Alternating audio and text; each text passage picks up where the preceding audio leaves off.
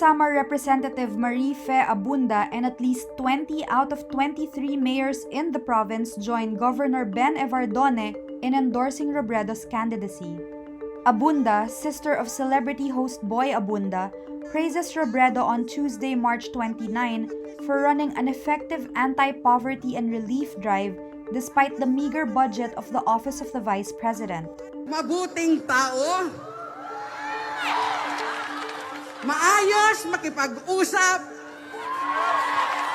totoong tao, maayos mangampanya, may respeto sa lahat ng tao, sa lahat nga nag-a-apply pinakamataas na posisyon sa ating bansa.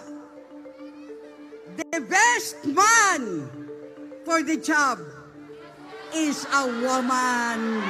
Robredo also gains the endorsement of 20 out of the 24 mayors in neighboring Northern Samar, where Governor Edwin Ongchuan is also backing her.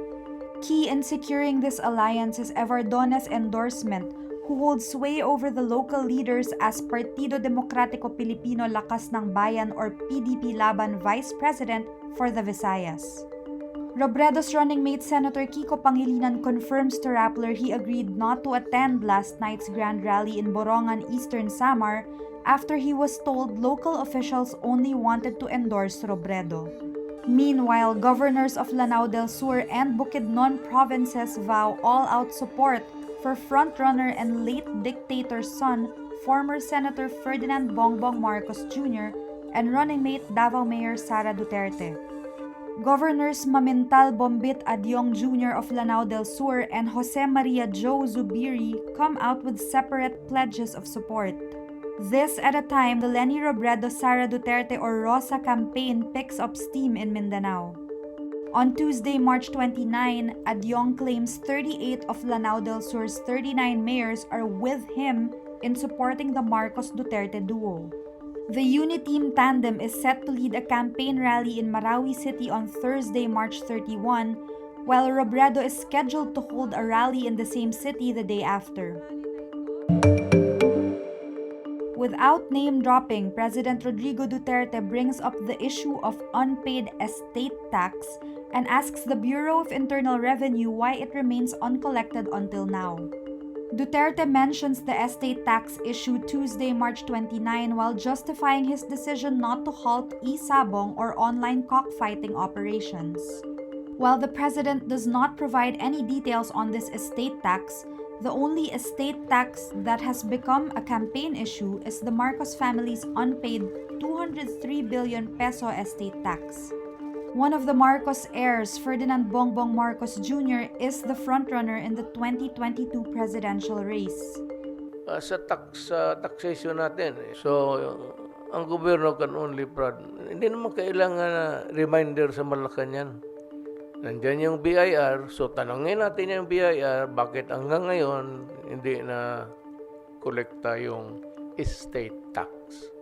Two government agencies confirm they have been trying to collect unpaid taxes from the Marcos family worth 23 billion pesos in 1997. But lawyers contesting the presidential candidacy of Marcos Jr. estimate the amount may have already reached 203 billion pesos. The Supreme Court's entry of judgment on Wednesday, March 30 shows to the media a record showing the Marcoses' estate tax case was deemed final and executory on March 9, 1999. Need more context, clarity, and perspective? Get the full picture with Rappler Plus. With exclusive content and events, you'll get an opportunity to discuss issues with reporters, experts, and featured guests, while helping Rappler continue its fearless journalism. Join now. Undersecretary Lorraine Badoy faces yet another complaint before the Ombudsman over her serial red tagging of Vice President Leni Robredo and her supporters using a government platform.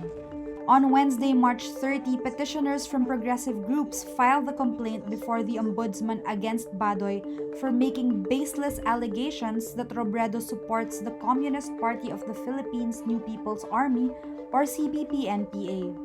These allegations were made on the official Facebook page of the National Task Force to End Local Communist Armed Conflict, or NTF-LCAC, of which Badoy is spokesperson. The petitioners say Badoy violated the Anti-Graft and Corrupt Practices Act for causing undue injury in the discharge of official administration functions. They also say she violated the Omnibus Election Code and the Administrative Code of 1987, which prohibits partisan political activity. The complainants include Pambansang Lakas ng Mga Mamalakaya, Amihan, Peasant Women Federation, Kilusang Magbubukid ng Pilipinas, Kalipunan ng Damayang Mahihirap, Makabayang Koalisyon ng Mamamayan, and Kilusang Mayo 1. The petitioners say they are appalled and deeply disturbed at how Badoy used government resources to red tag and attack progressive individuals. Ukraine is skeptical of Russia's promise to scale down military operations around Kyiv and another city. This as some Western countries expect Moscow to intensify its offensive in other parts of the country. On negotiations, Ukrainian President Volodymyr Zelenskiy says on Tuesday, March 29, Ukrainians are not naive people. Ukrainians have already learned during these 34 days of invasion and over the past 8 years of the war in Donbass that the only thing they can trust is a concrete result. Russian Deputy Defense Minister Alexander Fomin tells reporters military activity in the areas of Kyiv and Chernihiv have been reduced to increase mutual trust, but makes no mention of other areas that have seen heavy fighting. The invasion has been halted on most fronts by stiff resistance from Ukrainian forces who have recaptured territory even as civilians are trapped in besieged cities. Talks took place in Istanbul more than a month into the Russian invasion of Ukraine, which has produced nearly 4 million refugees and pummeled Russia's economy with sanctions. Jada Pinkett Smith promotes healing in an Instagram post on Tuesday, March 29. This is Jada's first public comment since her husband slapped comedian Chris Rock at this year's Academy Awards ceremony for a joke about her bald head. On her Instagram, Pinkett Smith posts a photo reading, "This is a season for healing, and I'm here for it." She does not mention Rock's joke or the slapping incident specifically. Will has since apologized to Rock, the Film Academy, and viewers, saying his behavior was unacceptable and he reacted emotionally. In other news, Hollywood star Ezra Miller is arrested by police early Monday, March 28, after becoming agitated towards customers singing karaoke in a bar in Hilo, Hawaii. The Hawaii Police Department says in a press release they received reports of a disorderly patron at a bar on Sunday, March 27. Miller was arrested by South Hilo patrol officers and charged with disorderly conduct and harassment offenses.